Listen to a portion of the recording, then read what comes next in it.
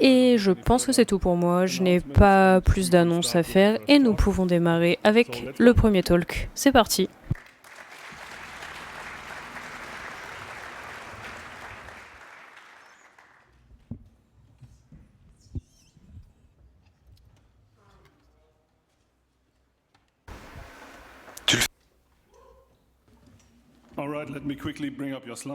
Ok, laissez-moi afficher les slides rapidement.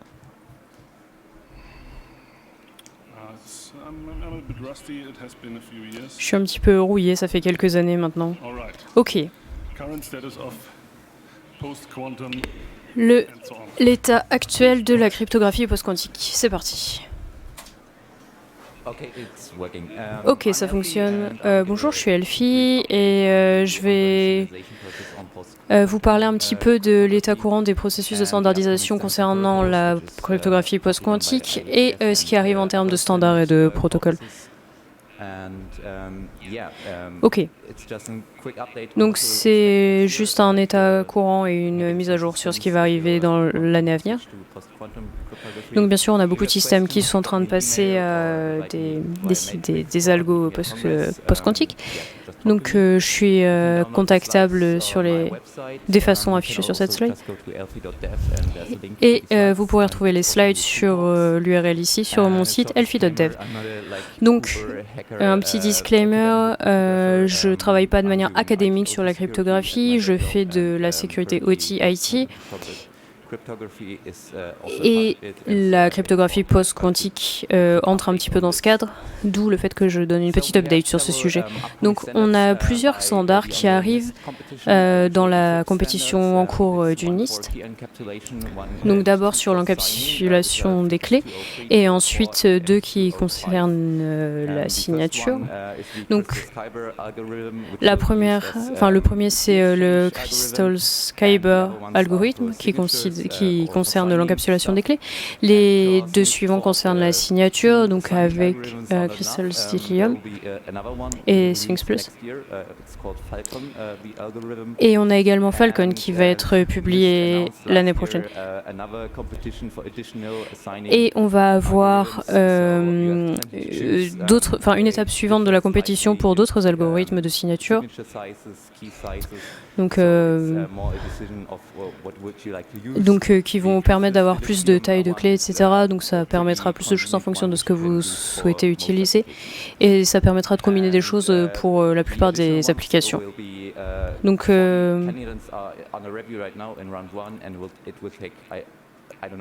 on va avoir des candidats supplémentaires, on a 40 candidats actuels qui sont en cours de review. Donc l'IETF s'occupe également de la standardisation en ce qui concerne la cryptographie post-quantique. Donc si vous regardez mes slides, si vous les consultez, vous pouvez cliquer sur les différents liens et regarder les drafts de l'IETF. Donc on a des choses dans différents domaines, donc TLS 1.3, SSH, IKEV2, etc. Des choses en ce qui concerne les PKI et les certificats. Donc, parmi ces choses, il y en a qui sont déjà utilisables, mais ça peut être un petit peu compliqué à l'heure actuelle. C'est déjà utilisable, mais ça peut être un peu compliqué. Mais sinon, plus simplement, attendez simplement que les standards soient effectivement publiés. Il y a également un repo GitHub qui liste le travail en cours de l'IETF.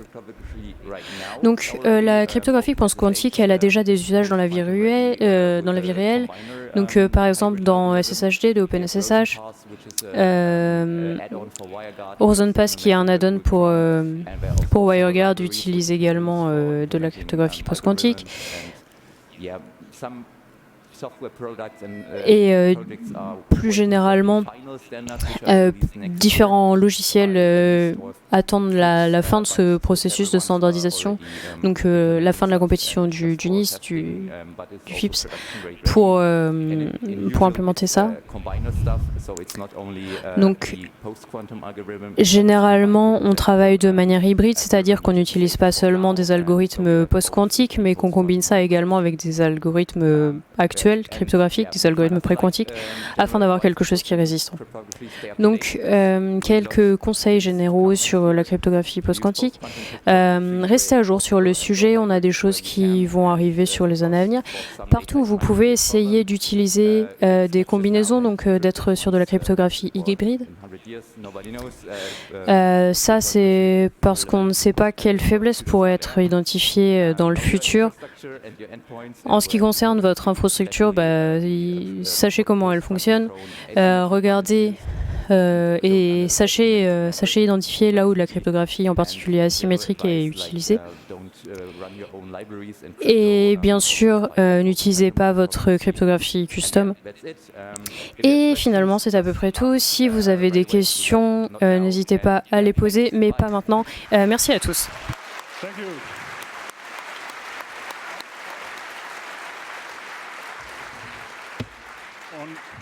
On point, very nice, thanks. All right. Next up is the Sorbus. En prochain, on voit The Sorbus Computer.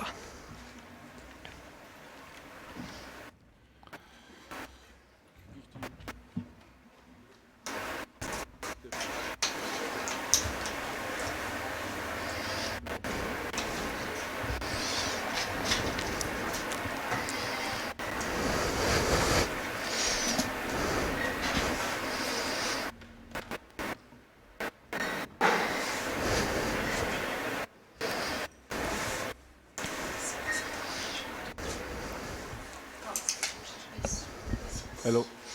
Bonjour, je suis Swally et j'aime faire des lightning talks pour le rétrocomputing. Donc j'essaye d'exciter d'autres gens pour le computing, mais des vieux hardware sont plus difficiles à avoir et ont des obstacles. Mais des nouvelles hardware ont... Voilà. Donc je pensais comment construire un ordinateur. Donc on a besoin d'un original 65 CPU. Donc normalement il faut le faire très simplement. Donc ça doit être open source. Donc ça fait plutôt un jouet qu'un ordinateur. Donc j'avais l'idée de faire un microcontrôleur pour un chipset, sauf pour le CPU. En regardant le 65C02, en comptant les pins que j'ai vraiment besoin, j'ai trouvé à peu près 30 va être assez. J'avais envie d'utiliser le Raspberry Pi Pico, mais il m'offre que 26 GPIO pins. Utilise plutôt un clone chinois qui offre pas que 30 GPIO, mais aussi 16 MB de flash, qui sont assez utiles. Et ça offre aussi un feature très bien. Des limitations peuvent être utilisées pour 5 volts. Mon architecture est très simple, comme un ordinateur des années 70. Je mets un board avec un CPU. Je mets encore un autre board avec un chipset. Je le mets tout ensemble et je l'appelle un ordinateur. Donc le premier truc que j'ai fait avec celui-là, c'est que j'ai répliqué un autre ordinateur. J'ai choisi celui-là parce que c'est une architecture très très simple. Donc, le circuit de génération de vidéo peut être remplacé en utilisant que le terminal USB-C pour l'interface de l'utilisateur.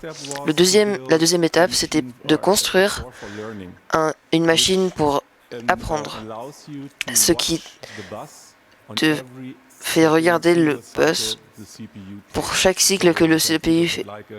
Donc tu peux voir ça comme un analyseur de pure logique.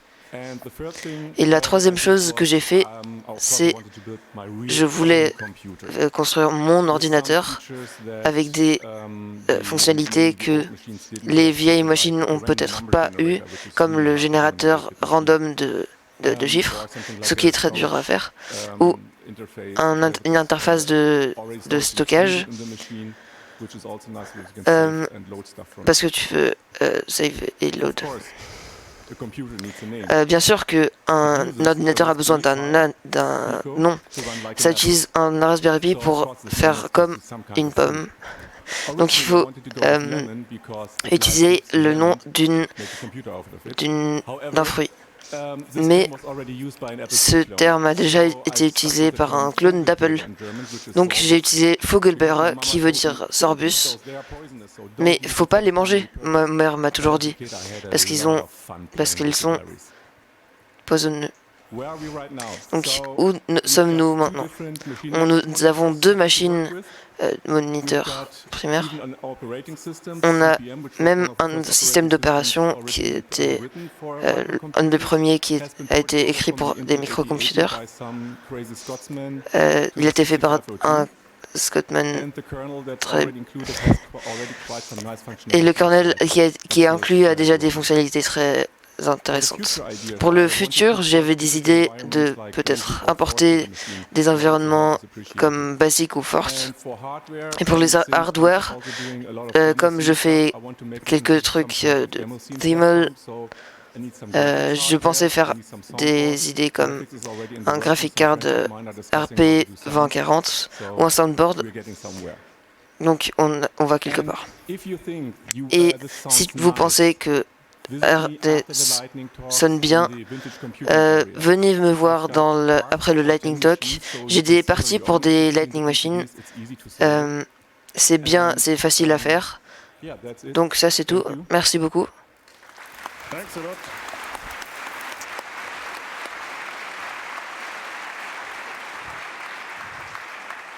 Next up is reliable radio communications.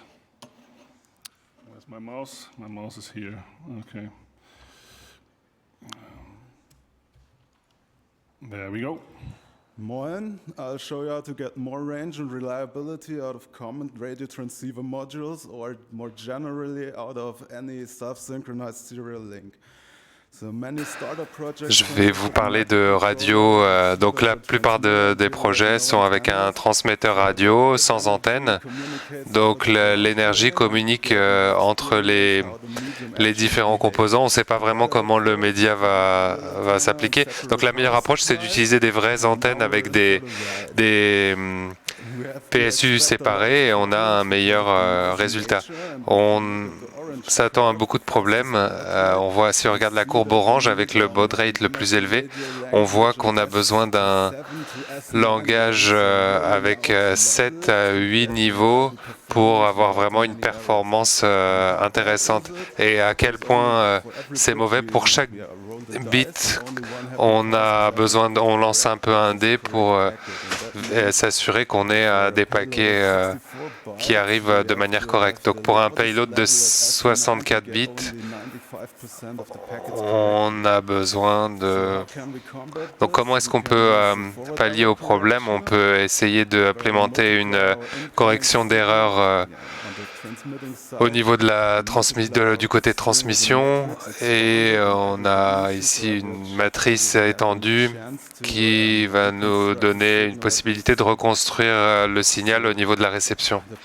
Donc le problème avec cette solution, c'est que la matrice peut quand même nous donner des 0 et 1 aléatoirement, et ça brise la construction de notre horloge. Donc j'ai fait des recherches et j'ai trouvé une ancienne approche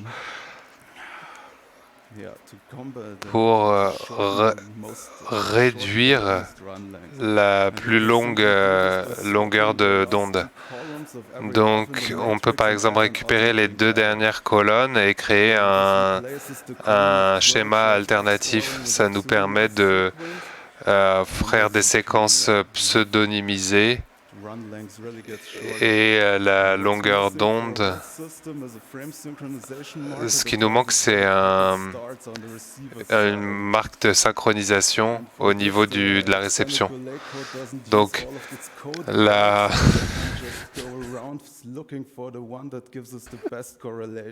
Et on va regarder le chemin de corrélation. Donc, c'est le code correspondant. C'est de la... Et donc ça, c'est le code de d'un autre GPL. Donc on a fait fonctionner ça sur un SAMD21 avec un Cortex M0. Et donc en faisant ça, on arrive à environ 2,3-2,4 mégabits par seconde. Si vous voulez m'aider, ou alors peut-être que vous pensez que je peux vous aider, n'hésitez pas à me contacter par mail. Merci beaucoup.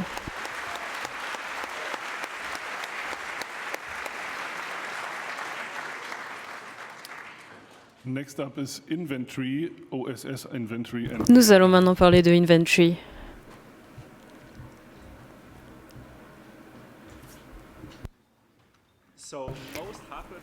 Ok. Donc la plupart des gens qui font du hardware ici vont connaître le problème. On a des boîtes partout avec plein de composants dedans. Et la question qu'on se pose tout le temps, c'est est-ce que j'ai déjà ça ou est-ce que c'est bon, on a besoin d'une solution pour faire de la gestion d'inventaire.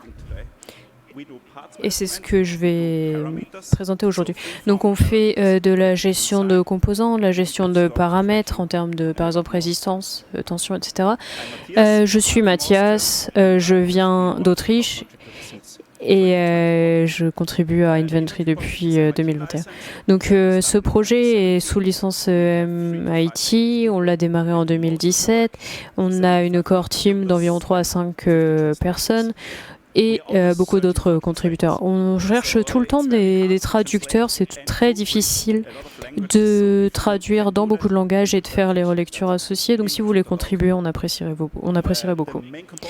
Les composants principaux de ce système, donc d'abord on a une architecture client-serveur, donc avec un service d'API principal, ensuite on a une interface web avec un front-end web.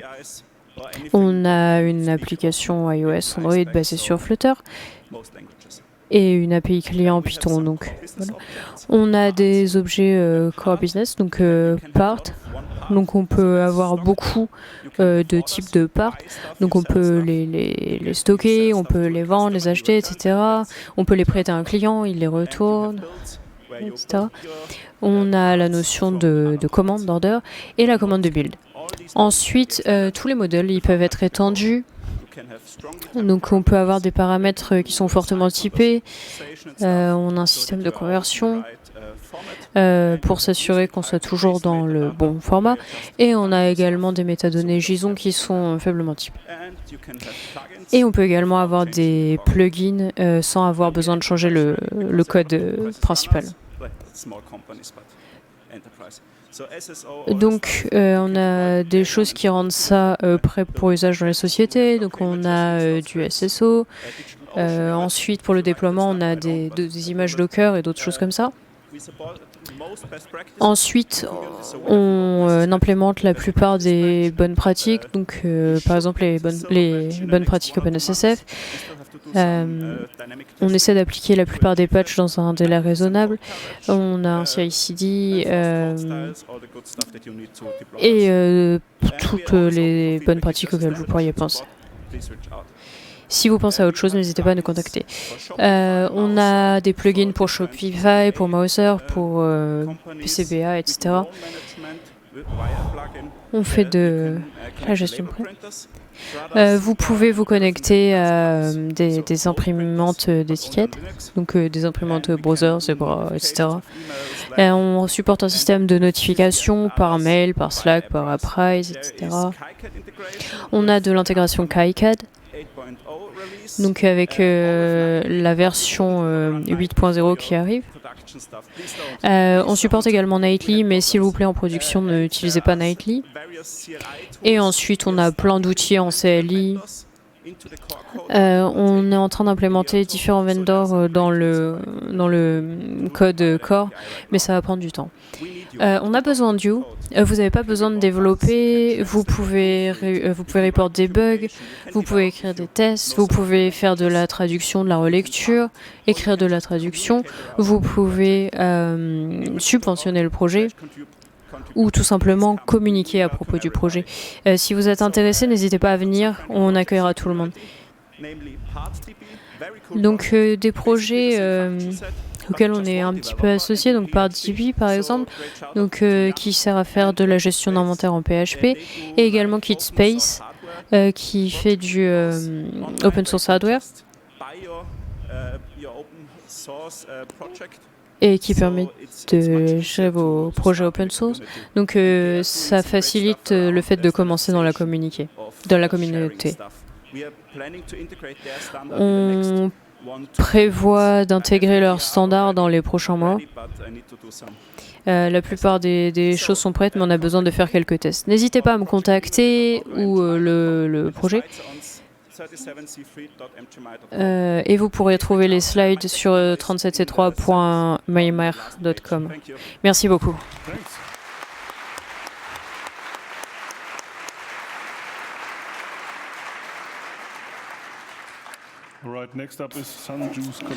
Prochain talk sera le Sunjuice Collector pour notre Makerspace.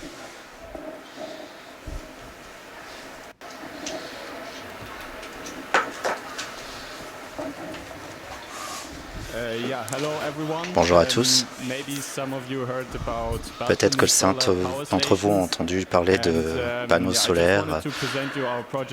Donc je voulais vous présenter notre projet de comment on a mis en place nos panneaux solaires pour notre Makerspace.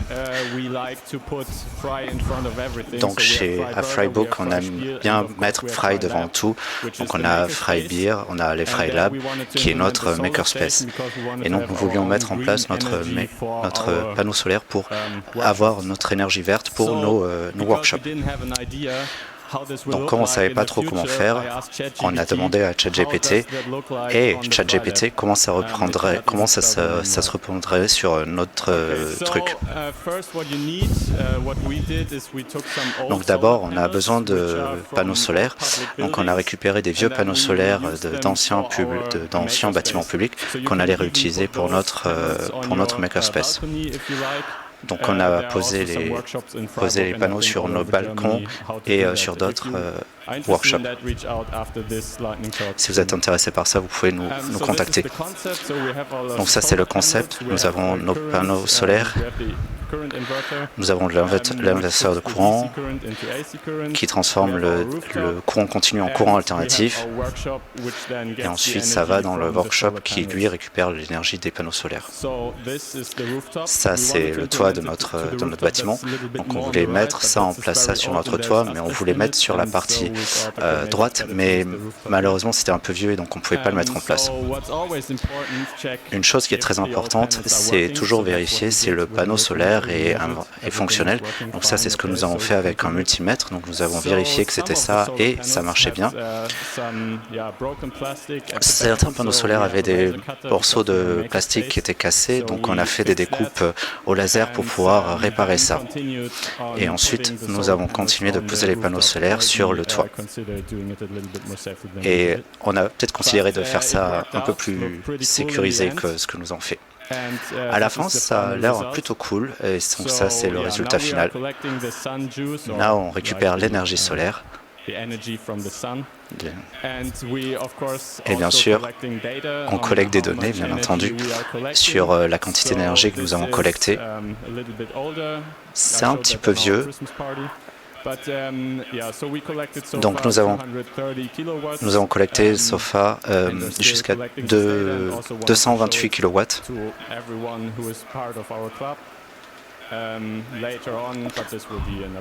Mais ça, ce sera un autre projet. Ça, c'est comment ChatGPT, quand un chat installe des panneaux solaires sur notre Makerspace.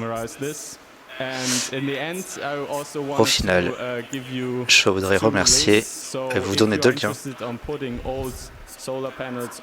et vous inviter à mettre des panneaux solaires sur vos balcons et récupérer de l'énergie pour votre maison, parce que c'est super cool et c'est une façon de réutiliser ces panneaux solaires qui de toute façon auraient été jetés.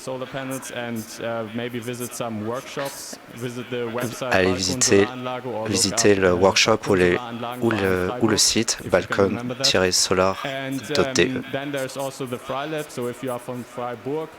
Et si vous êtes il y a le Fry Lab, donc si vous êtes de Fry,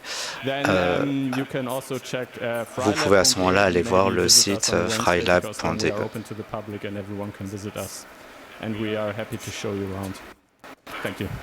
Merci.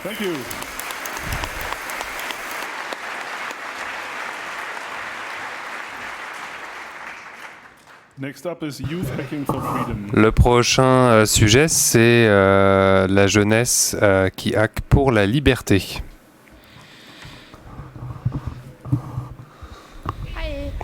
Salut, je suis Bonnie de la FSFE. J'ai une compétition de programmation. Certains ont peut-être cet âge ou connaissent des personnes intéressées. Je vais vous montrer un peu de quoi il s'agit. Donc, c'est une compétition de programmation, FSFE, où les enfants peuvent créer leur propre projet sans aucune limitation. La seule requête, c'est que le logiciel soit libre. On a aussi des réunions où on peut leur apprendre comment fonctionne le software libre. Les personnes doivent être entre 14 et 18 ans, d'Europe, pas uniquement d'Union européenne, donc l'Angleterre est inclus. Pas besoin d'être un citoyen européen, il faut juste habiter en Europe, donc les réfugiés sont les bienvenus. Vous pouvez vous inscrire ici, les enregistrements sont ouverts.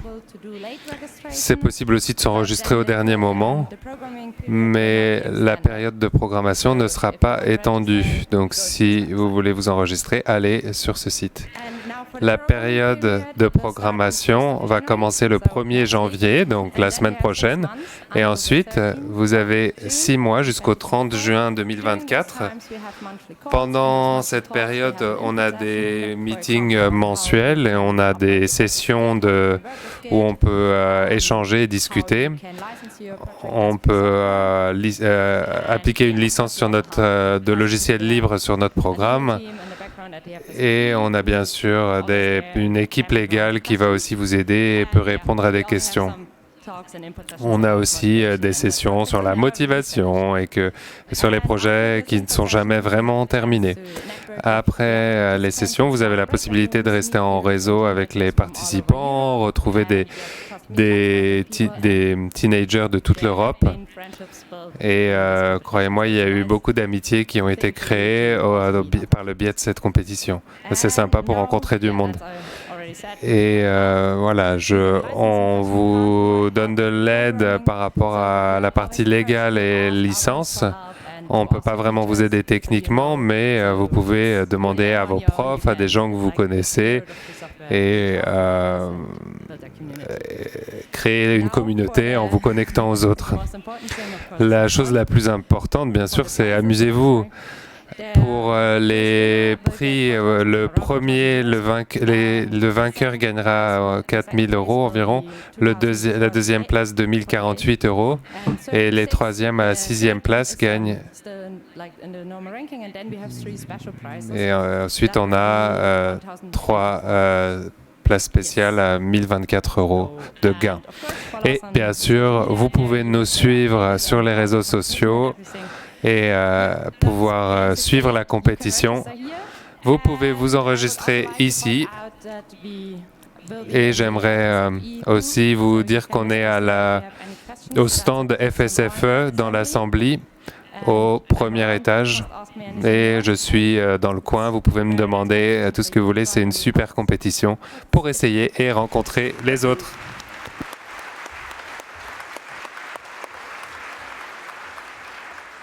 Next up is Tech Time Travel. La prochaine session, c'est sur le voyage dans le temps. Bonjour à tous, je suis un développeur logiciel de Berlin et j'aime bien écrire du code. J'aimerais vous montrer un de mes projets avec des fichiers parce que j'ai vu cette session sur TEDx avec Dr Canous.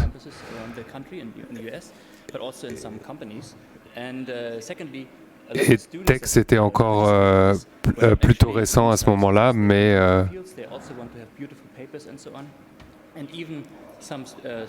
et même certaines personnes en dehors du campus étaient intéressées. La plupart de ces étudiants n'avaient pas d'ordinateur, pas de laptop, donc à cette époque. Et Knus expliquait les commandes et les macros et la plupart des personnes imprimaient et discutaient sur papier. Donc c'est la raison pour laquelle il montrait des feuilles de papier imprimées pour expliquer comment il réalisait son texte, son papier, et il expliquait tout ce qui ne fonctionnait pas dans son papier, parce que il avait une imprimante qui ne fonctionnait pas, donc il avait besoin de montrer les nouvelles commandes sur comment faire les choses correctement. Juste après, il a justement récupéré la source de ce qu'il avait imprimé pour contrôler ce que faisait la formule. Donc il y avait des choses un peu plus compliquées avec des formules. Mais ce qui aurait été bien, ça aurait été d'avoir cette feuille pour pouvoir vérifier ce qu'il y avait vraiment dessus. Donc j'ai fait une recherche pour voir si quelqu'un avait peut-être un PDF quelque part stocké. Donc j'ai rien trouvé. Jusqu'au 3e jour où il parle de log d'erreur avec des éléments imprimés, et ça m'a donné plus d'espoir puisque j'ai pu récupérer les informations, et vous pouvez probablement le voir en haut à droite.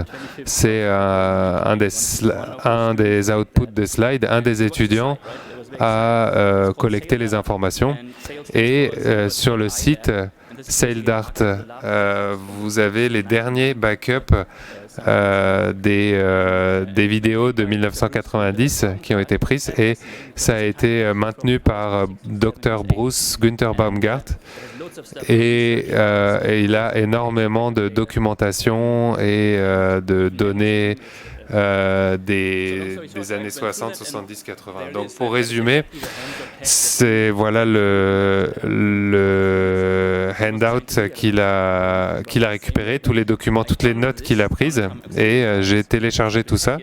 Et j'ai essayé de le mettre en pratique avec la technologie actuelle. Ça n'a pas vraiment marché, mais j'ai pu modifier quelques éléments avec la version actuelle de TeX, et j'ai pu corriger. Ça a été magique pour moi. Et le message que j'ai, c'est que les fichiers texte sont super. Ça a fonctionné parce que c'était du texte et pas du binaire. Si ça avait été du binaire, j'aurais pas pu réussir. Et du coup, là, on a la possibilité d'utiliser un éditeur de texte ou utiliser des scripts pour faire des recherches. Deuxièmement, c'est génial qu'on peut récupérer ça et l'imprimer 40 ans plus tard. Peut-être que certains d'entre vous se souviennent des versions Word qui empêchaient d'utiliser les différentes versions de documents. Et si ça vous intéresse, j'ai tous les documents, donc je peux vous les envoyer. Merci.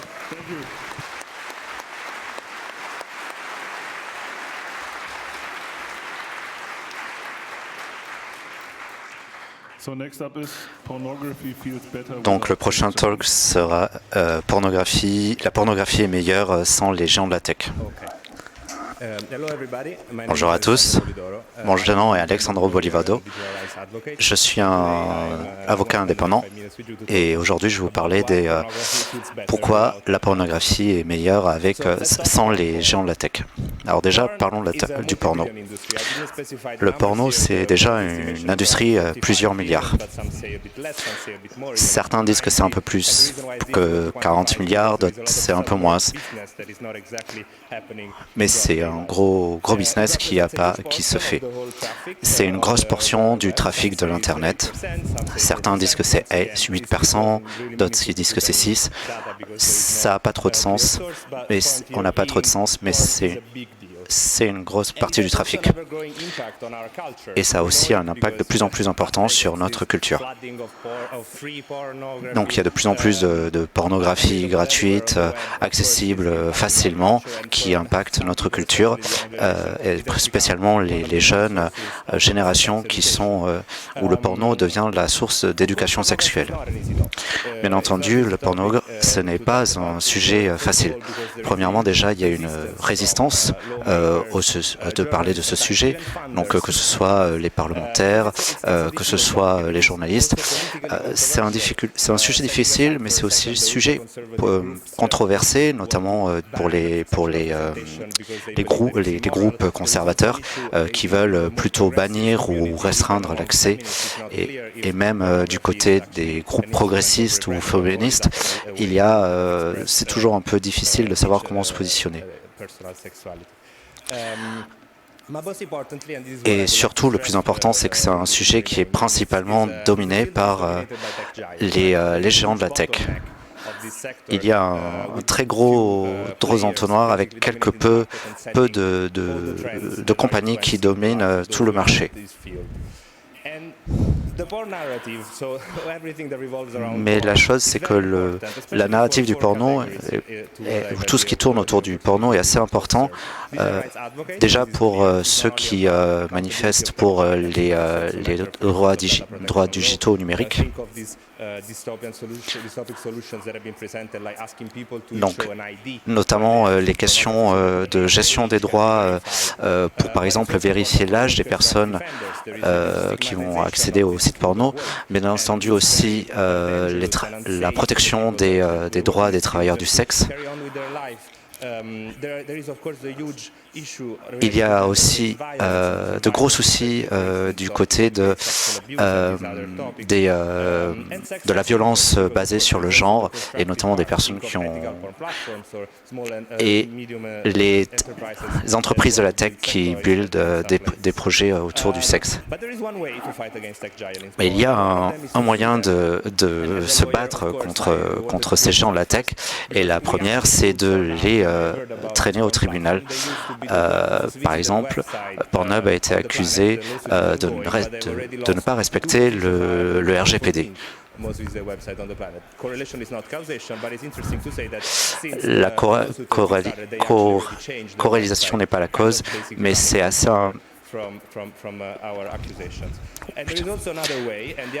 Il y a d'autres, bien sûr, moyens pour faire de sorte que les gens du porno soient tenus responsables.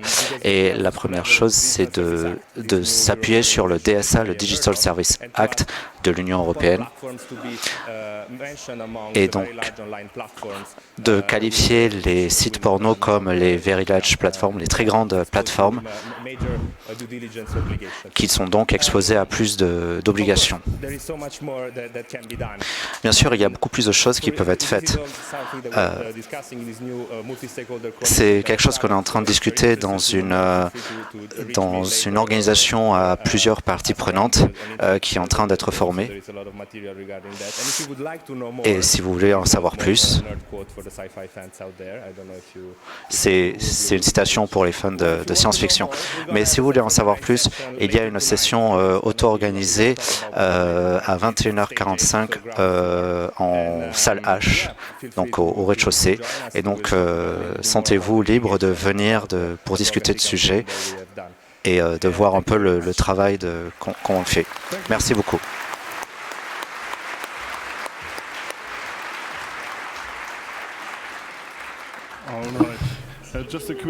Ok, juste une annonce rapide puisqu'on a le temps.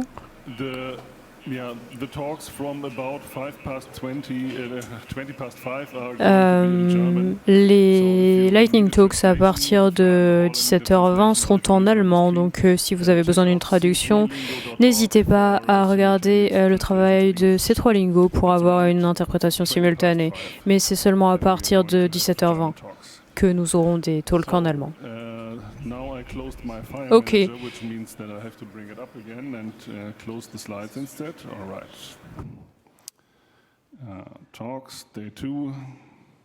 Ok, laissez-moi reprendre les slides. On va maintenant parler de Boutica Events. Here we go. Ok, c'est parti, merci. Salut, je suis Mathias, je viens d'Autriche. Ce qui est la raison pour laquelle je vais parler en anglais afin que vous puissiez tous me comprendre. Ok, je vais vous parler d'un projet d'agrégation d'événements. Donc en gros, un agrégateur, c'est quelque chose qui prend des événements depuis différentes sources et qui les agrège ensemble. En utilisant une API ouverte. Pourquoi est-ce qu'on fait ça? Principalement parce que c'est hyper ennuyant d'avoir à aller sur beaucoup de sources pour savoir ce qui se passe. C'est un problème que beaucoup de communautés ont, y compris la nôtre. Si vous voulez savoir quels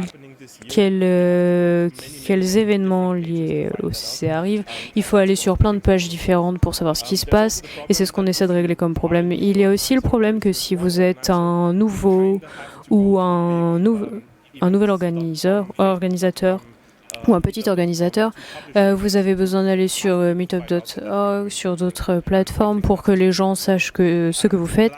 On pense que c'est embêtant. Et la dernière chose, c'est l'importance de l'accessibilité, à la fois pour les données des événements et à la fois pour les événements en eux-mêmes. On peut les améliorer en améliorant leur accessibilité.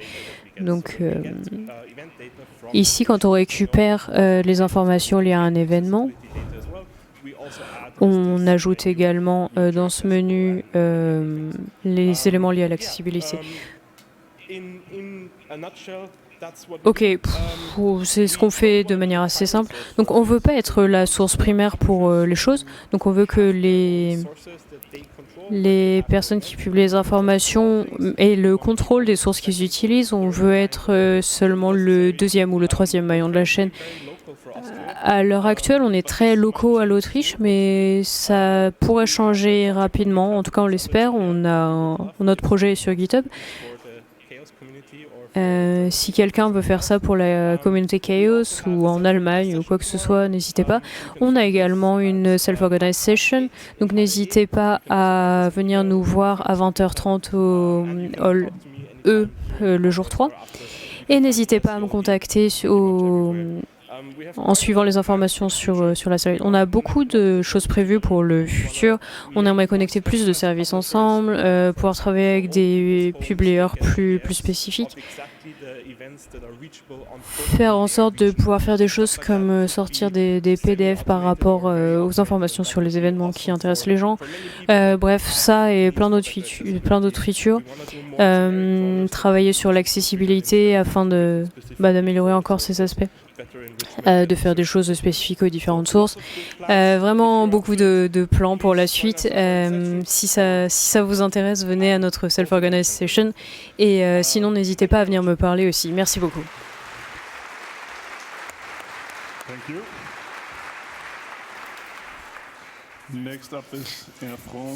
Le prochain, c'est Air France KLM 6 char. Bonjour, je suis Benjamin de Belgique.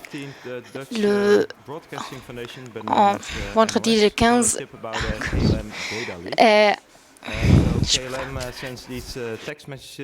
donc Air France KLM utilise des codes courts à 6 caractères pour identifier vos vols, etc. Donc ce code, il permet de savoir qui vous êtes. Donc le problème, c'est que ce lien, ça va vers une page de redirection qui n'a pas spécialement de questions de sécurité lorsque vous essayez d'y accéder. Et donc simplement, quand vous utilisez ce code court à 6 caractères dans l'URL, vous accédez juste aux informations. Donc dans ce cas, par exemple, qu'est-ce qui se passe si on entre un mauvais numéro? Donc on va accéder pas au bon lien, ça fait pas une grosse fuite de données, mais pour autant, est-ce que ce code à 6 caractères, c'est pas trop court? Donc en fait, c'est sensible à la casse. Donc en fait, c'est pas exactement 26 caractères, c'est 26 x 2. Donc combien de possibilités? 26 x 2 à la puissance 6. Donc faisons un peu de scraping avec Bash pour voir si c'est pas faisable. Donc on fait 2 x 26 puissance 6 commande de curl en parallèle. Donc, qu'est-ce qu'on obtient? On obtient 94 erreurs 404.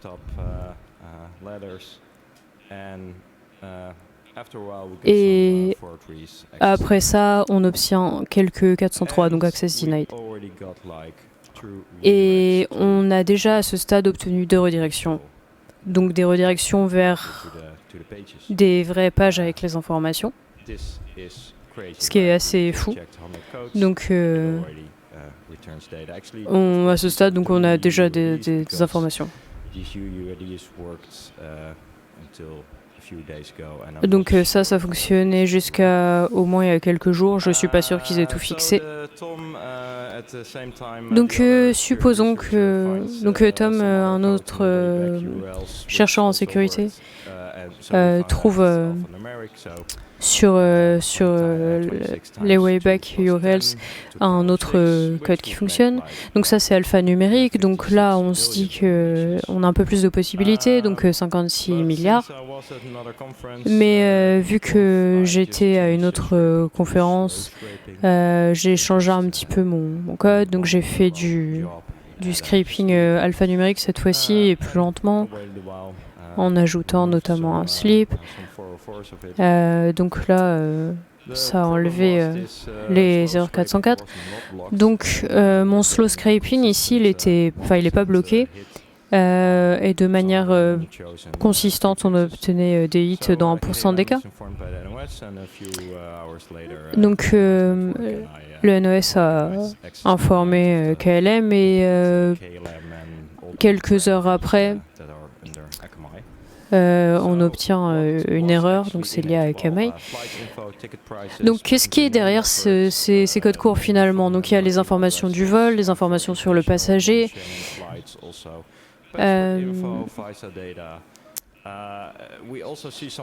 Parfois, on a également des boutons pour modifier ou effacer des informations. Bien sûr, on n'a pas essayé de cliquer dessus. Donc, comme je disais tout à l'heure, j'avais un ratio à peu près de 1% de 8. Donc, ce qu'on peut extrapoler à plus de 500 millions de records. Donc, KLM indique que c'est quelque chose de très hypothétique et qu'il ne souhaite pas commenter la taille de cette fuite de données et qu'ils prennent très au sérieux la sécurité de leurs passagers et de leurs clients.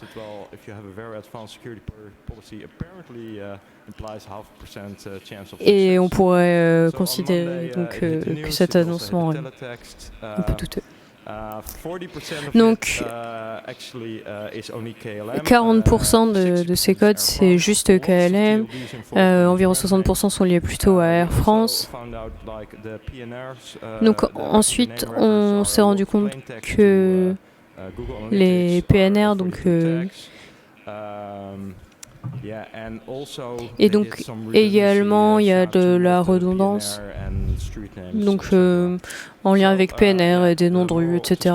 Donc la morale de l'histoire, c'est de toujours vérifier ces codes courts parce que en fait il y a énormément de personnes qui récupèrent ce type d'URL et personne n'avait vérifié que c'était effectivement aléatoire ou pseudo-aléatoire.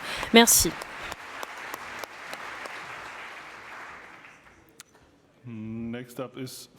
En prochain, c'est pour des designers feignants, la layout de page de classe.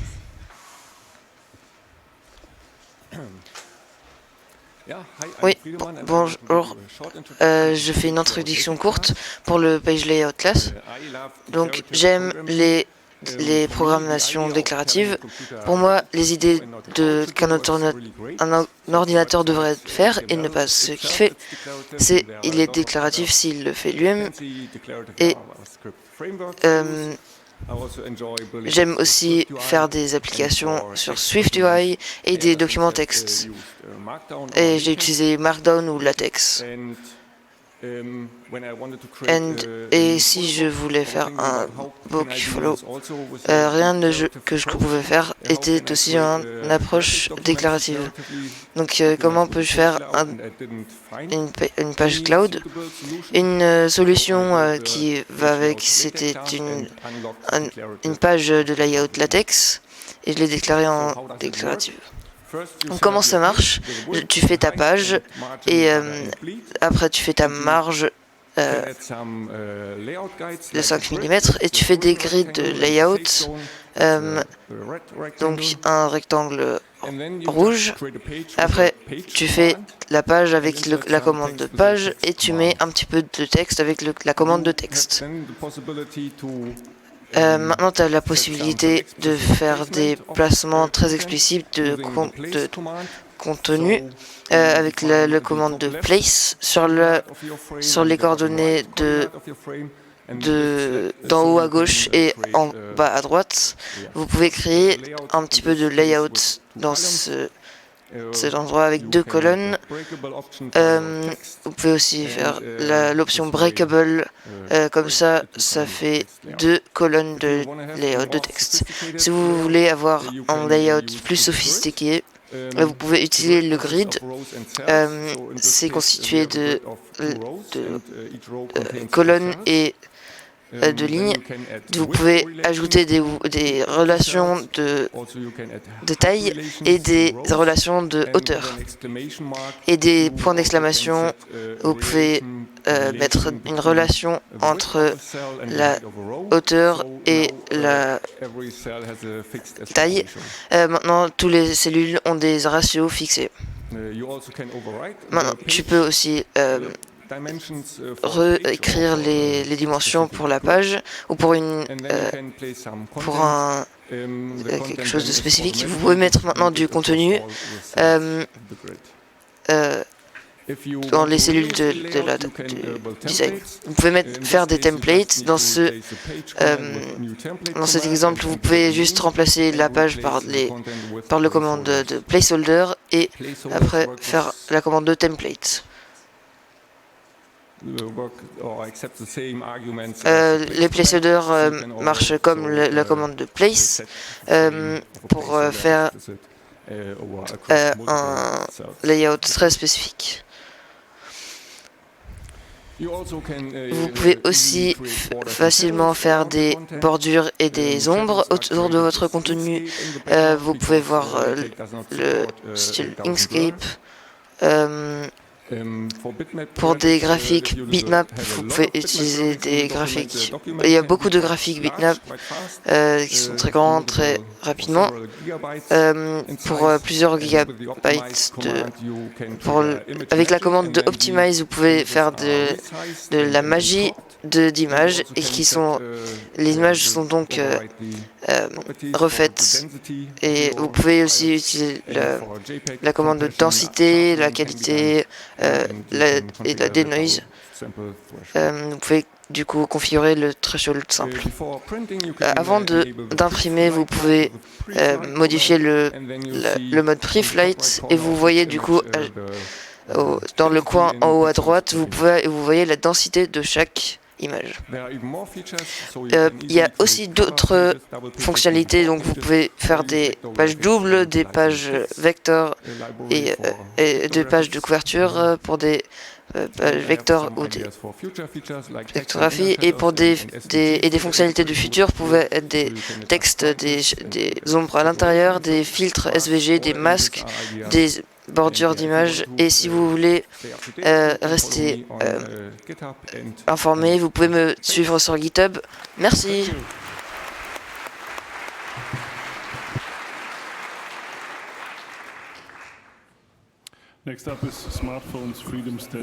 La prochaine session sur la liberté des smartphones en 2023. 2024.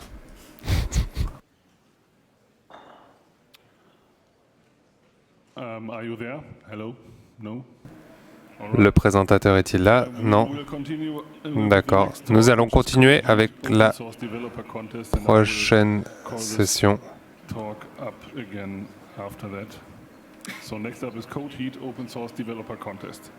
CodeHeat, compétition de développeurs open source.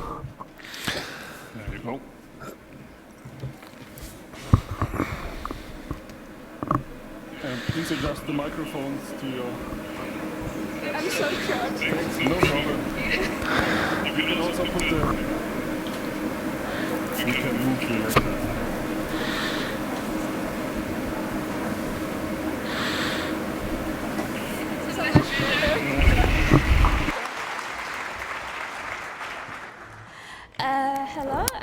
Salut, je suis Ontari d'Indonésie. Je suis avec FOSS-Asia. C'est une communauté pour promouvoir l'open source et le logiciel libre en Asie. On a un programme annuel pour les étudiants, que les étudiants peuvent rejoindre.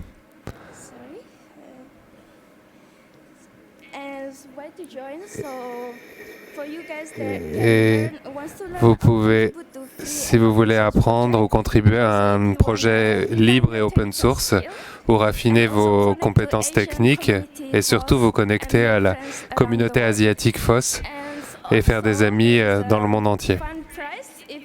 Également, si vous arrivez à gagner un prix, il y a des prix intéressants. Un voyage à Hanoï au Vietnam en 2024. Comment participer? Vous pouvez aller sur codehit.org et vous pouvez choisir le projet éligible. Je suis trop nerveuse. Vous pouvez voir les slides sur l'écran en bas. Donc comme ça, vous n'êtes pas obligé de vous retourner. Donc,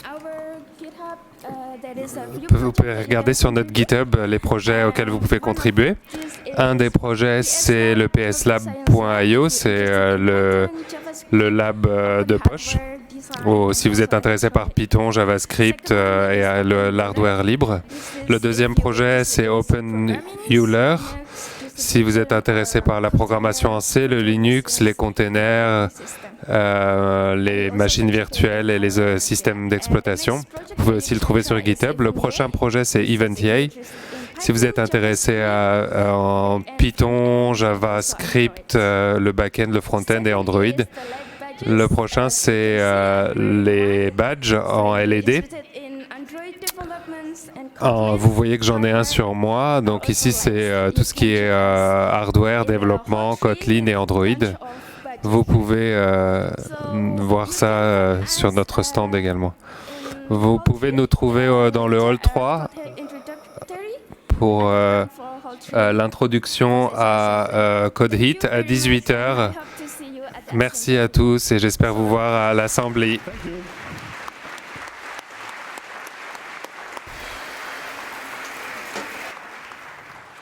All right. Paging smartphones freedom status in 2023 again.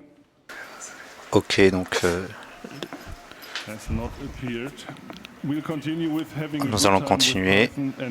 Pocket Science Lab. Après avoir passé du bon temps avec Python et Pocket Science Lab.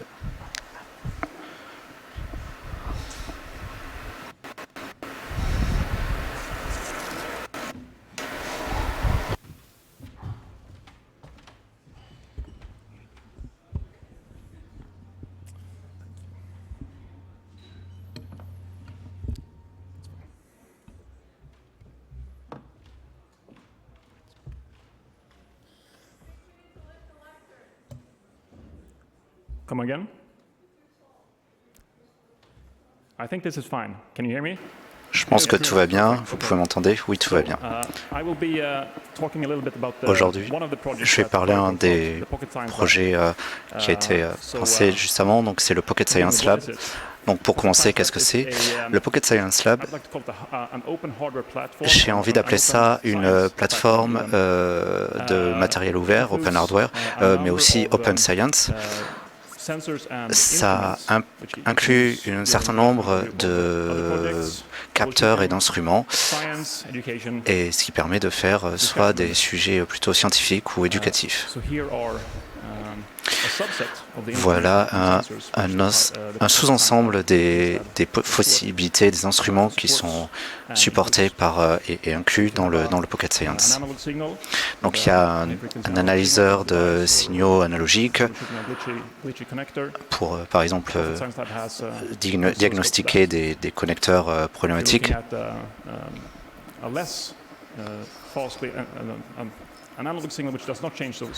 Si vous regardez un signal analogique qui ne change pas très fréquemment, donc ce sera plutôt un multimètre. Si vous avez un signal digital, même très haute fréquence de plusieurs MHz, par exemple, vous faites du troubleshooting sur un bus série, il y a un analyseur logique. Si vous voulez générer un signal analogique,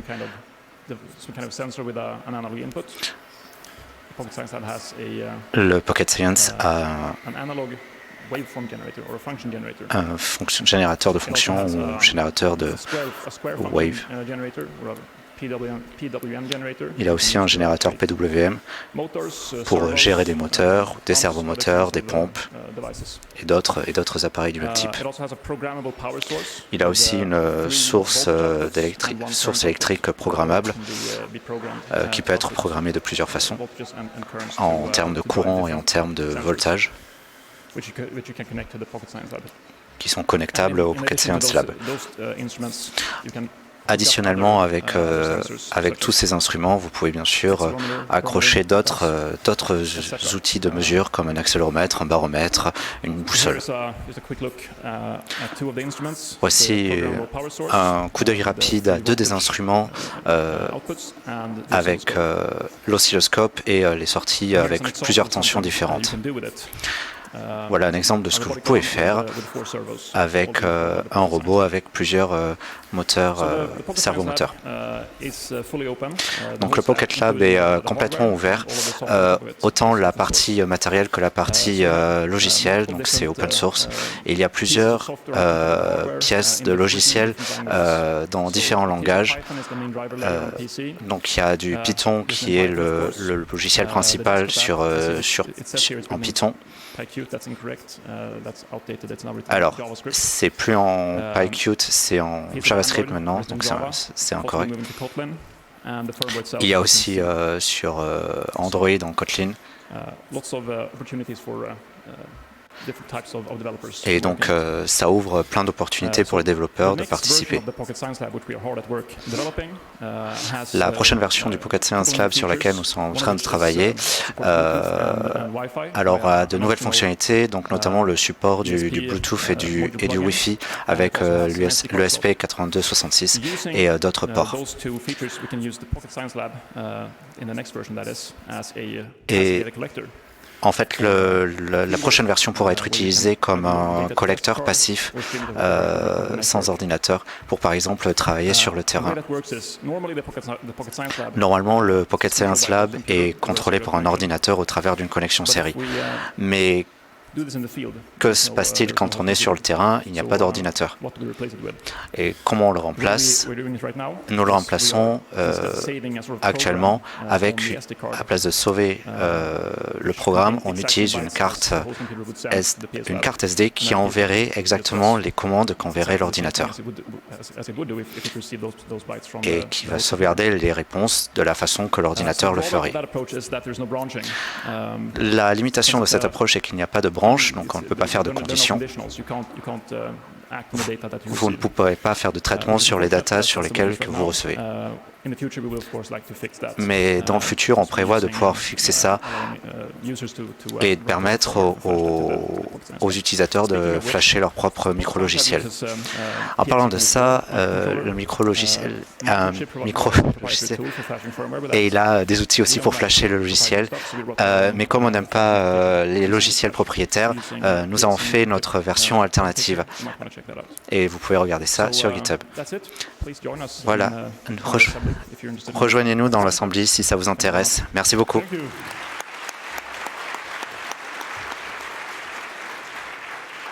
So next try, smartphones freedom status in 2020. Oh, it's called Android freedom in 2020. C'est sur la liberté d'Android en 2024. Dennis, tu es là? Non. Ok, il y a autre personne qui est dans la liste d'attente. C'est quoi ton nom, numéro? Again, please. Encore une fois. Ok. Ok, le talk est là. D'accord, si Dennis n'est pas là, On va continuer avec iMake Open Source. Je vais faire Open Source sans programmation. Ok, excuse-moi pour la surprise. D'accord, c'est pas grave. On a toujours très bien en temps.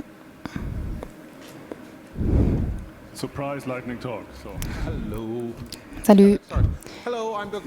Salut, je suis Beck Blue. Je vais faire un open source sans programmation. Mes collègues disent que je dois faire la programmation. Ok, je vais vous montrer. Je travaille contre le gouvernement Dutch. Vous pouvez, on va aller sur le gouvernement. Ils ont différents softwares. Ils sont tous sous une freeware. Ce gouvernement,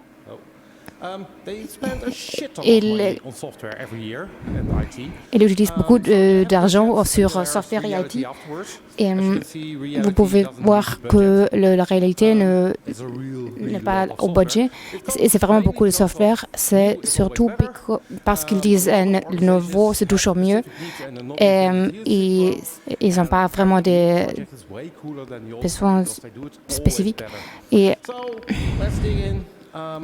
ok, on va entrer. Il y a un acte d'information libre comme dans d'autres pays européens. Ils disent que tout doit être public. Tout le monde peut les demander et doivent donner ça en 4 semaines.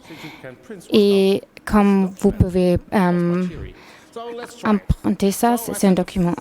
Ok, d'accord, on va essayer ça. J'ai envoyé une demande. Je veux savoir sur les cryptographies et je veux tout. Et le ministère dit qu'ils ont des policiers. Ok, ils disent que c'est difficile, mais ok. Là, ils disent qu'ils ont fait beaucoup de questions. Est-ce que vous avez le source code? Est-ce que vous avez le source code de manière légale? Est-ce que ça c'est sur beaucoup de téléphones des personnes?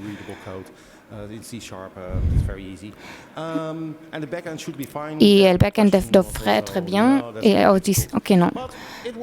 Ça marche. Les apps sont open source. Ça va prendre encore un peu de temps. Maintenant, on n'a pas de temps, mais ça va venir. La deadline, c'est le 29 février. Les apps, ok, est open source. Maintenant, les personnes ont trouvé des problèmes. Conclusion pour l'Internet. Prochains pas sont ils font de CoolGen, c'est aussi un générateur. C'est un risque pour la sécurité et aussi pour les finances. Ils disent, ok, comment c'est, parce que moi je paye le TAS. Ok, maintenant la question est, est-ce qu'il y a des profits?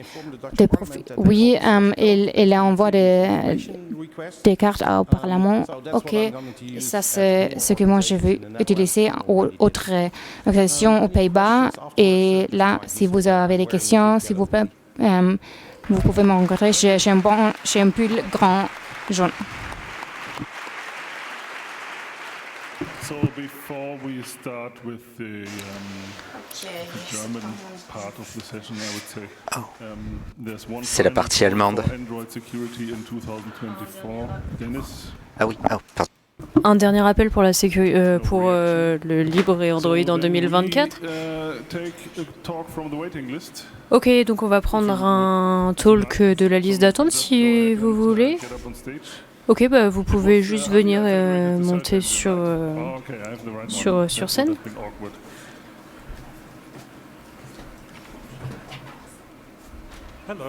Bonjour, je suis Martin. Et ça, c'est un set de slides très rapide. Ça vient d'une petite conversation que j'ai eue sur les 2 derniers jours.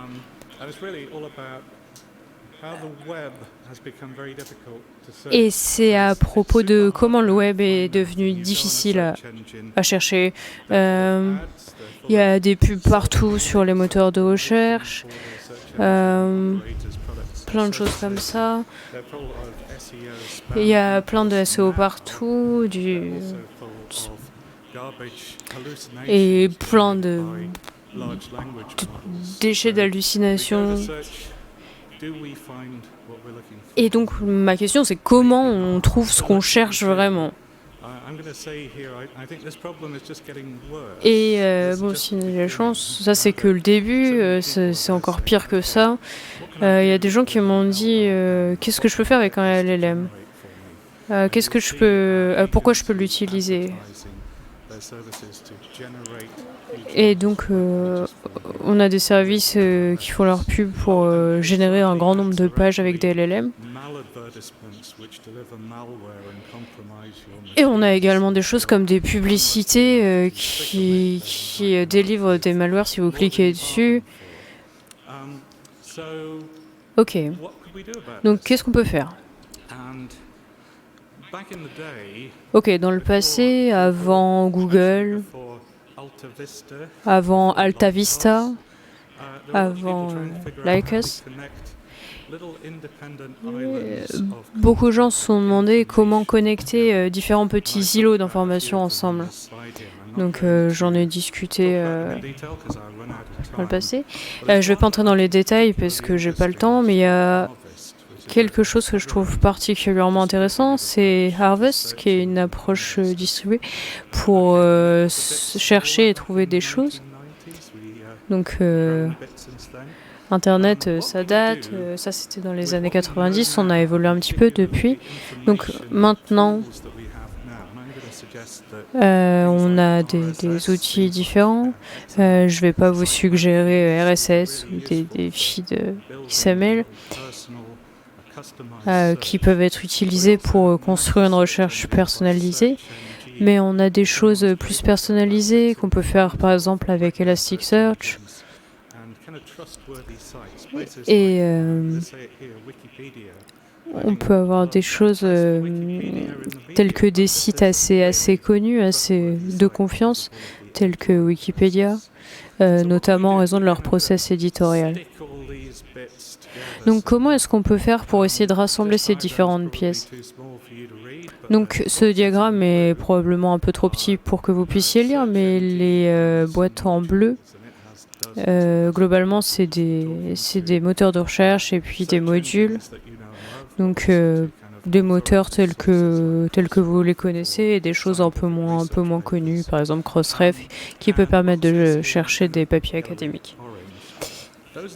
Et les modules, c'est les choses en orange. Donc, qu'est-ce qui se passerait si on pouvait plugger ces modules dans des moteurs de recherche? Et qu'est-ce qui se passerait et comment on pourrait faire ça sans altérer la vie privée des gens? Donc, j'ai pas de réponse, mais maintenant j'ai planté les graines de ma réflexion dans vos têtes. Et si ça vous intéresse, j'aimerais beaucoup qu'on en discute. Donc c'est tout pour moi. Merci beaucoup.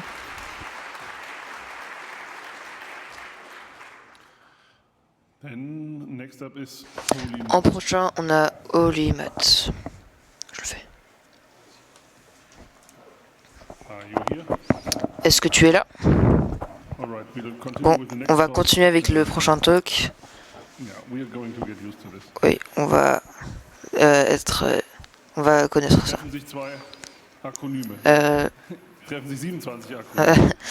Se rencontrent 27 acronymes. Bon, il y en a un petit peu plus. Ok. Oui, bonjour. Mon nom est Sandra. J'ai un petit problème. Je parle souvent enthousiastiquement d'acronymes et personne ne me comprend dans mon space. Bon, je vais demander dans cette salle qui a déjà entendu parler de l'acronyme NFDI et qui sait ce que ça veut dire. Ok, il n'y a pas beaucoup de mains qui se lèvent, c'est un peu dommage, mais ça c'est un petit peu le problème, parce que je pense que le NFDI est quelque chose qui doit être beaucoup plus connu dans cette communauté. Oui, donc par exemple, un ami à moi m'a dit je te comprends juste pas. Et maintenant, je sais comment les gens se sentent quand ils viennent dans un X-Space sans comprendre rien. On va expliquer un petit peu. Donc, NFDI veut dire des données de recherche nationales et infrastructurelles. C'est sponsorisé de la communauté allemande de recherche. Bon, c'est un petit peu un concept bizarre, c'est un peu lourd, mais le contenu, donc la recette, c'est un petit peu plus cool. En tout, ça concerne l'open source, la science, mais ça concerne aussi un petit peu la communauté et le changement dans la science. En particulier, les données devraient être rendues fair, éthique. Donc en principe, on parle que les données de recherche devraient être accessibles, interopérables, réutilisables et trouvables. Donc ça parle de licence, ça parle aussi que les standards devraient être respectés. Donc transparentement, il faudrait amener ça dans la science. Mais où sont tous ces acronymes dont j'ai parlé? Bon, on va peut-être se demander quelles données en fait. Mais il n'y a pas qu'une science, il y en a plein des sciences, des disciplines de sciences. Et dans la NFDI, il y a 26 des concepts de sciences et qui parlent de problèmes et qui veulent les résoudre. Et de cette infrastructure. Il y en a quelques-uns qui ont choisi des acronymes très intéressants, comme par exemple Daphne ou BIRD pour Business and Ecological Data, ou alors PUDGE. Et vous pouvez trouver vous-même ce que ça veut dire. Ça, c'est tous les consortiums de quoi on va parler. Bon, on n'a peut-être pas le temps pour parler de tous les acronymes. Vous pourrez regarder ça plus tard aussi. Et comme les uns ou les autres peuvent se dire, il y a aussi, dans ces 26 projets, qui parlent tous de leur propre discipline. Donc, c'est pour ça que dans la NFDI, il y a des groupes de travail qui s'intéressent aux données de méta, d'aspects éthiques ou légaux, ou de l'engagement dans l'industrie. En tout, ça parle aussi de l'aspect de changement culturel. J'ai déjà parlé de ça, du coup, c'est pour ça que c'est aussi un des aspects les plus importants que la NFDI s'est mis comme but. Ça, c'était tout. En gros, c'était un petit peu un teaser pour tout. C'était juste pour vous parler un petit peu, pour vous expliquer ce que ça voulait dire NFDI. Ou si vous êtes plus intéressé, si vous avez des questions par exemple, ou l'envie de discussion, vous pouvez nous parler.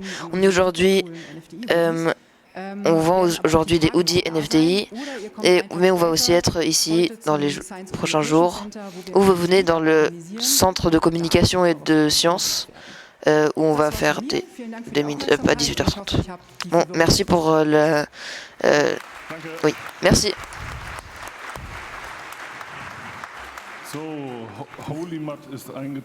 Donc, Holimat est arrivé, j'ai vu.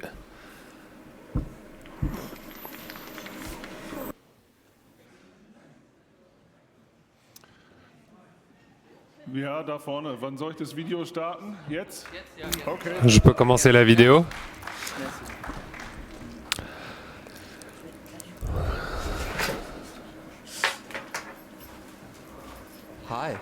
Salut.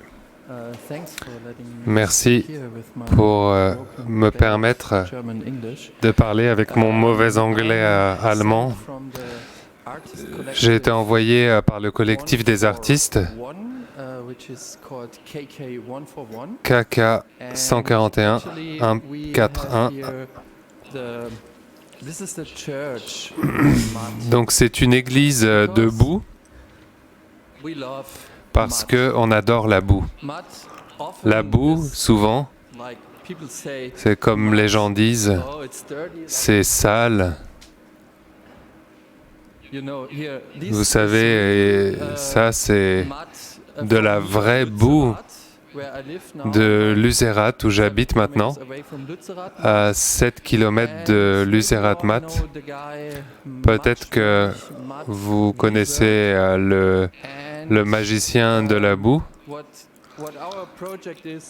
Notre projet, c'est vraiment de construire un mémorial de la boue, des magiciens de la boue. Tout le monde le connaît des plateformes YouTube. J'avais connaissé quelqu'un qui s'appelait Martine Lejeune. Elle est à l'avant et c'était l'histoire de la candidature au Bundestag en 2017 et je me rasais encore à ce moment-là. Et il y avait un journaliste qui n'aimait pas ma campagne électorale, mes posters de campagne, parce que je faisais des pénis. Je faisais des énormes pénis avec de la pâte de cookies et je les cuisais et les installais sur mes posters de campagne électorale à Prenzlauer Berg, à Pankow, à Berlin. Et Martine Lejeune était vraiment énervée contre moi et me traitait de pervers, que les enfants, il fallait vraiment faire quelque chose contre ce pervers. Et ça, c'est vraiment Martine Lejeune. Mais heureusement, quand Lützerath a été évincé, Martine Lejeune était là aussi. Il y avait 35 000 personnes contre environ 10 000 policiers. Et Matt Monk l'a fait. Il a ramené des protestants et la police ensemble. Regardez ici, vous pouvez le voir. Matt Monk, c'est juste une illustration de YouTube. Bon, je l'ai accéléré 3 fois. Mais une fois que les 5 minutes sont passées, vous pouvez le regarder 10 fois et regarder tous les textes de merde qui défilent. C'est quelque chose de sérieux, c'est pas vraiment que du fun, c'est de l'art. On veut vraiment construire une statue de ce mec-là et aussi du policier en taille réelle.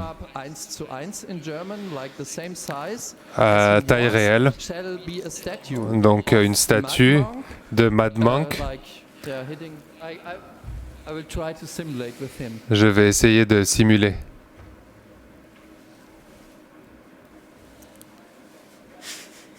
Voilà. Comme ça. C'est vraiment la scène. Donc, vous pouvez lire ce qui est écrit ici et moi je vais me taire. On vous remercie beaucoup de votre soutien. On sait comment faire. Le seul problème, c'est qu'il nous manque de l'argent ou de l'aide industrielle.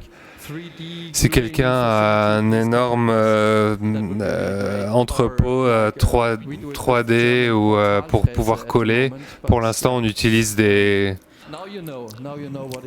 perceuses de portail. Donc voilà, maintenant vous êtes au courant. Merci, merci. Merci pour m'avoir écouté. Attention avec les escaliers. D'accord, la prochaine c'est Hackmas Castle. Hock Castle. C'est entre O et A, on ne sait pas.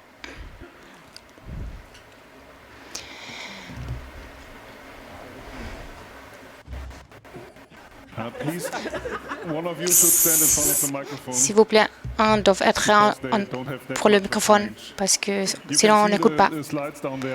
Vous pouvez regarder en bas, là il y a les slides. Ok. Salut. On est en groupe entre des Heckmans Castle. On veut hacker un castle. Vous avez écouté en Autriche, on a beaucoup de castles. Là, il y a beaucoup d'infrastructures pour hacking. Il y a des patching dans toutes les salles. On a Internet avec fibre, on a des X lumière et on a aussi des salles de séminaires et de workshops. On veut utiliser ça. On a aussi des tours pour le soin, pour faire pratique. Ça va être un event pour les hackers dans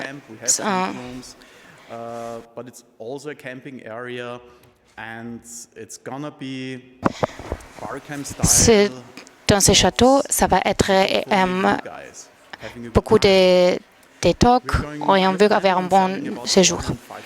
On pense avoir 450 tickets et il y a peut-être aussi des salles d'hôtel pour peut-être 50 personnes. Aussi, si vous voulez dormir dehors, il y a des campings. Ici, vous pouvez entrer avec le tente. Vous pouvez mettre une tente entre les arbres. Mais il faut faire attention avec ces arbres. Ça sent comme un event très bon. Est-ce que ça c'est quand? C'est l'année prochaine.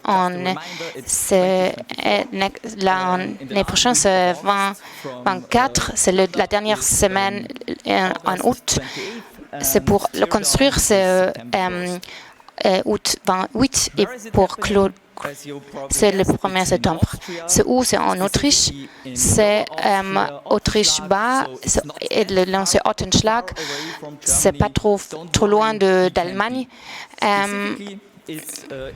C'est entre Linz et Vienne, en Ottenschlag. Et c'est très facile pour arriver en voiture et aussi en train et avec un bus. L'une chose qui manque, c'est toi. On veut vous inviter pour venir à Heckmans Castle, Hack, le château. Il y a aussi un lien pour notre account Mastodon et pour notre website. Et s'il vous plaît, venez et avez un bon temps avec nous. Merci.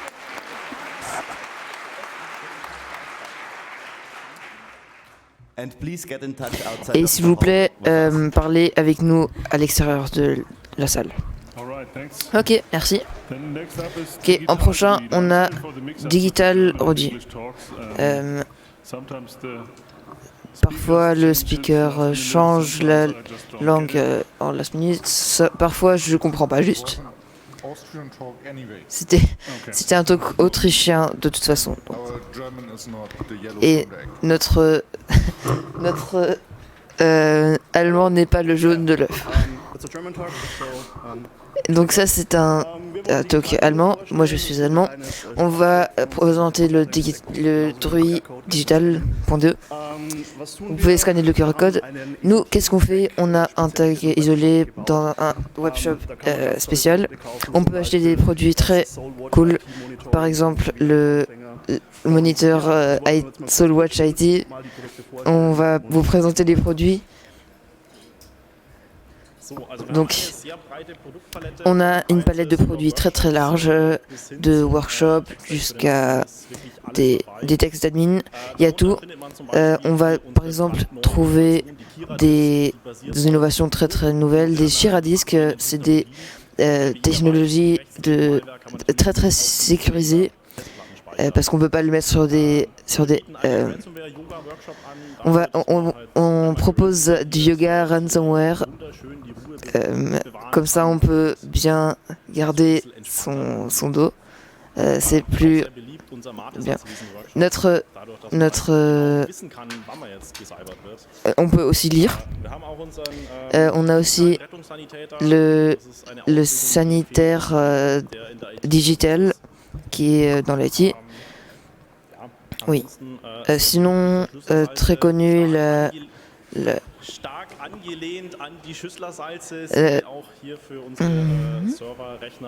pour notre serveur ou nos ordinateurs. Dans différentes potences, c'est disponible. C'est pas sur ce diaporama, mais on l'a aussi sur Internet. C'est ici au congrès, par exemple, si le talk ne marche pas trop bien, si c'est un peu trop compliqué, c'est aussi disponible dans le congrès.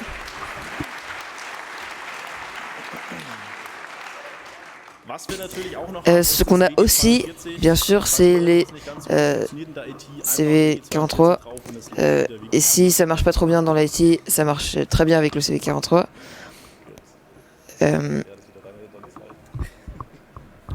Oui, chez nous, c'est pas carte de crédit ou Bitcoin. Notre slogan, c'est payer avec Prey. C'est une blockchain très avancée et c'est mieux pour l'environnement que le Bitcoin. On fait des vérifications de paiements qui sont bénis et on peut aussi si vous voulez faire ça, vous êtes bienvenus. Et si vous êtes intéressé, vous pouvez scanner le QR code. Si on ne travaille pas sur ça, on va travailler sur les QR codes. Sinon, parlez-nous, on est là. On a des t-shirts superbes. Lui, là-bas. Sinon, vous nous connaissez. On a des écrans de bénis. Et merci beaucoup et amusez-vous bien.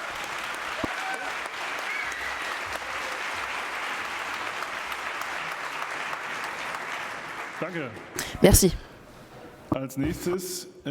La prochaine, c'est planification de l'école dans l'époque digitale.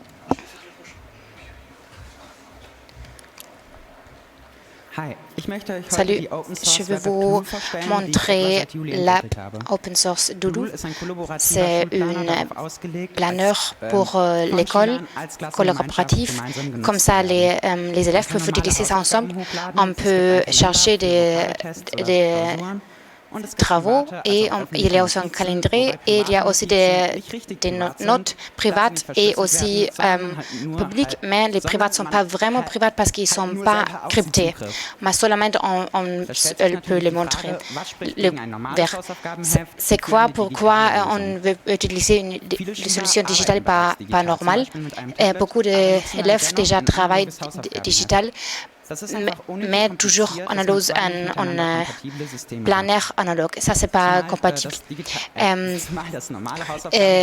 planeur normal, on peut utiliser seulement une année. Et ça, si on perd un planeur analogue, on perd toutes les dates. Si on n'est pas là une fois, et comme ça, avec un digital, on peut demander les dates d'autres personnes.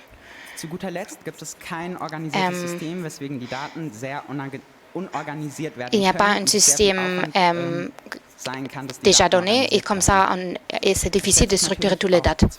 L'autre question, c'est pourquoi Doodle et pas une autre app qu'il y a. Doodle a tout ce qu'on a besoin. On peut mettre les travaux, des notes et un calendrier.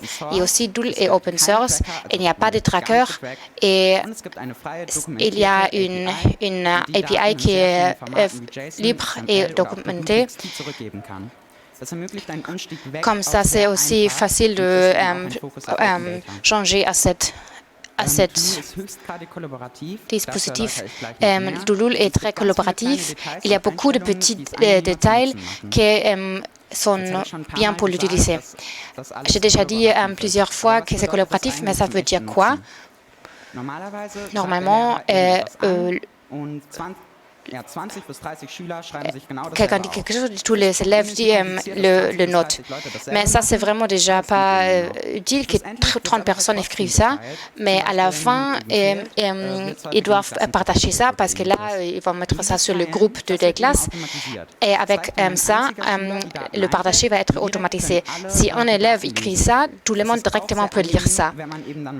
Ça, c'est aussi utile si quelqu'un n'est pas là un jour parce qu'on doit seulement ouvrir la page web et comme ça, on peut directement vers tout. Ça, c'est déjà bien, mais comment est-ce qu'on peut utiliser ça? D'accord, il faut faire un account et on utilise un nombre utilisateur et après le nom et l'école et la classe. Si l'école et la classe n'est là, pas encore, on peut le mettre en même et ça va être là. Et en password, et là on a un account avec le nom utilisé et avec le mot passe, on peut s'en loguer. Et on peut mettre les dates. Après, il y a beaucoup de sous-liens pour les sous-pages et on peut trouver ça dans la navigation ou on mettrait K et là on peut trouver tout. Après, on peut écrire toutes les dates et je suis plus vite que j'ai pensé. Quand j'ai pratiqué à la maison, j'ai pris plus de temps. Et là, merci beaucoup pour écouter. Ici, il y a le QR code pour regarder ça. Et avec ça, vous pouvez toujours savoir quoi sont les travaux à faire. Ça fait plus vite, mais on doit toujours écrire ça soi-même.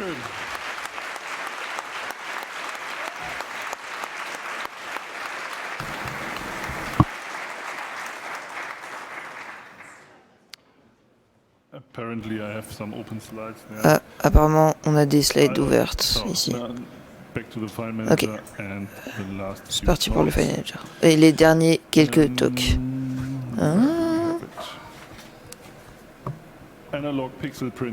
Analog Pixel Print Workshop.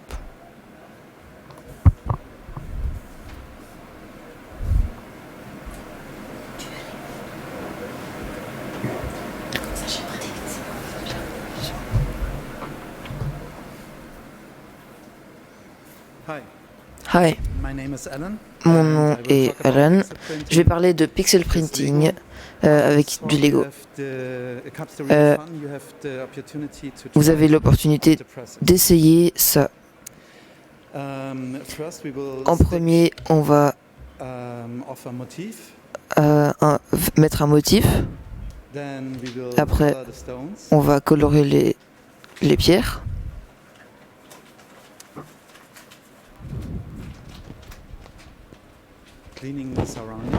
L'environnement aramique.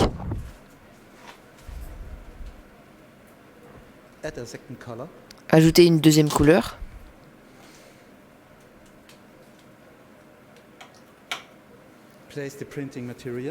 Mettre le matériel d'imprimante. Placer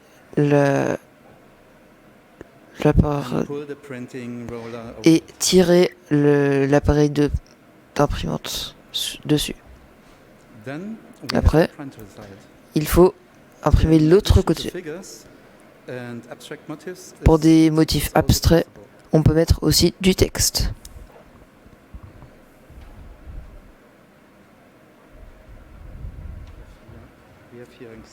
On a ici un exemple. Plus d'exemples.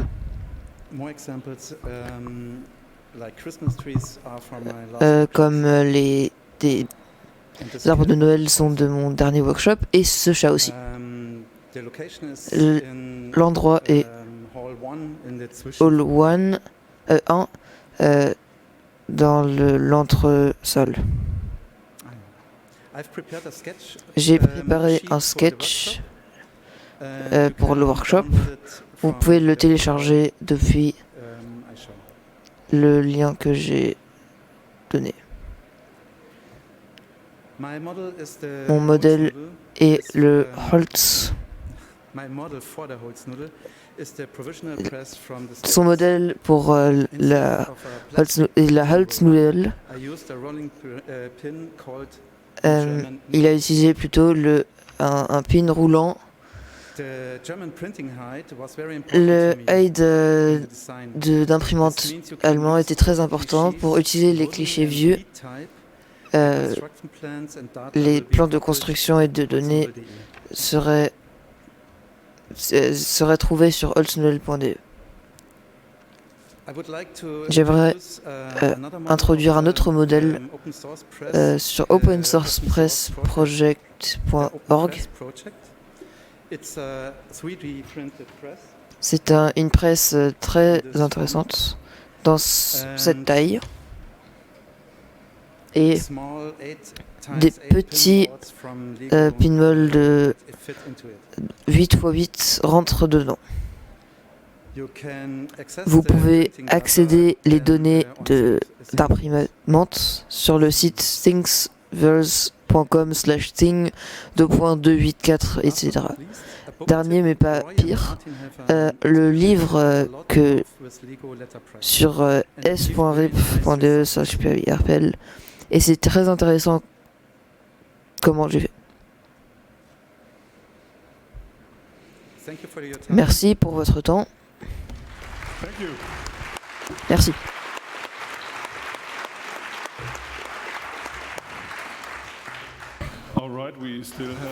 Ok, d'accord. On a encore 15 minutes. Il y a seulement une talk. Il y a des personnes de la liste d'attente ici, dans la salle. Est-ce qu'il y a des personnes de la liste d'attente? Non. Ah, si. Ok, venez, venez. On a encore du temps.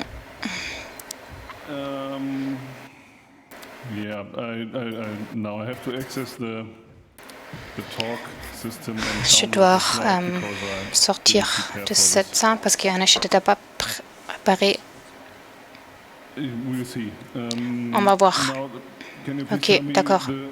C'est quoi le nom de ton talk? Wikipédia, ok. D'accord, très bien. On va télécharger ça.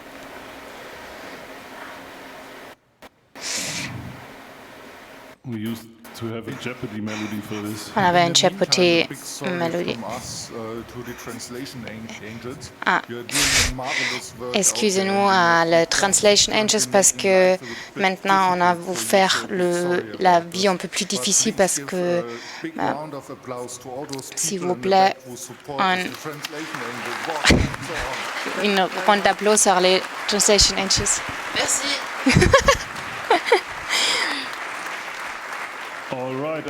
Ok, d'accord, on a trouvé ça. Allez-y. Salut, je suis Tomato. Je suis un artiste 4D. J'ai vécu une année à Lützerath et j'ai fait des scans 3D de la village. Et j'ai plan de faire un tool. Vous pouvez voir ça et regarder ça. Je ne suis pas très bien en présenté. Du coup, je seulement porté une vidéo qu'on peut regarder ensemble. On va regarder le film. Oh, ok, je n'ai pas téléchargé la vidéo. Du coup, je vais télécharger. Excuse-moi, j'ai oublié ça. Ok, je dois regarder mes mails. Il y a aussi un lien YouTube. Ok, j'ai vu ça. Ok. I'm not good with computers. Stop trying to. Me too. Just improvise. Ok, Lucky Cloud page dit qu'on ne peut pas trouver le lien, mais on va utiliser le lien YouTube. Et je dois seulement changer le tab. Ok. Alright, here we go. Also have sound if it's possible. Oh, I don't know if we have sound.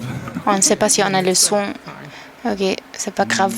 Not instantly, no. Sorry. But maybe you can say something too. It's playing music right now. C'est jouer de musique maintenant. I know some thunder is. Ok, ça c'est le son maintenant. Il y a des tonneaux.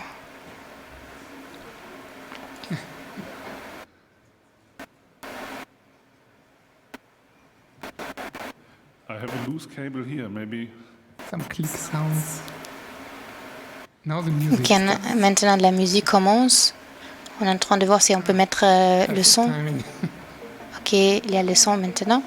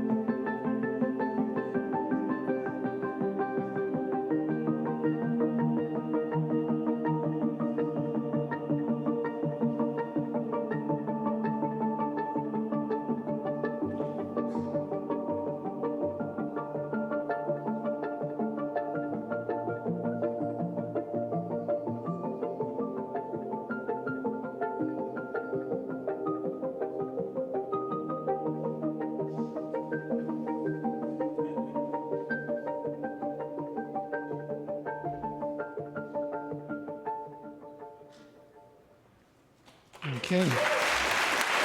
Thanks. Merci.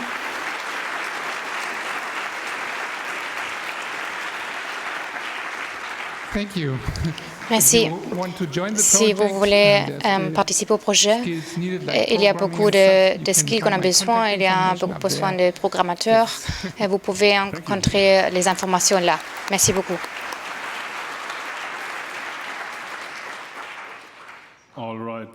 Ok, après, on a encore quelqu'un sur la liste d'attente? Parce qu'on a encore du temps. Non. Ok, donc nous allons avoir le dernier talk pour aujourd'hui et ça va être KI-Überwachung auf dem Hansaplatz. Surveillance par intelligence artificielle sur la place Hansa. On est ici à Hambourg et pas si loin d'ici, sur la place Hansa, pas loin de la gare. On dirait un petit peu des places comme d'autres places dans des villes, mais il y a des gens qui ne sont pas très bien vus par d'autres personnes. Il y a des scènes de drogue, de prostitution, et contre ça, on veut faire des choses. En 2019, déjà, on a installé des caméras, 16 caméras. C'est des belles caméras qui viennent de Chine, qui peuvent même détecter des minorités. Ils détectent aussi des des trucs et on veut rester sur l'intelligence artificielle pour la protection des données. Aujourd'hui, c'est plus comme ça que les policiers sont devant des écrans, mais ils veulent voir ce qu'il se passe. Au lieu que la police reste sur la place et qu'elle surveille ce que se passe, mais il y a plutôt des écrans où les policiers peuvent surveiller ce qui se passe. Et du coup, l'intelligence artificielle devrait pouvoir faire ça. On utilise une intelligence artificielle de bonhomme en train. Cette intelligence artificielle regardera si les personnes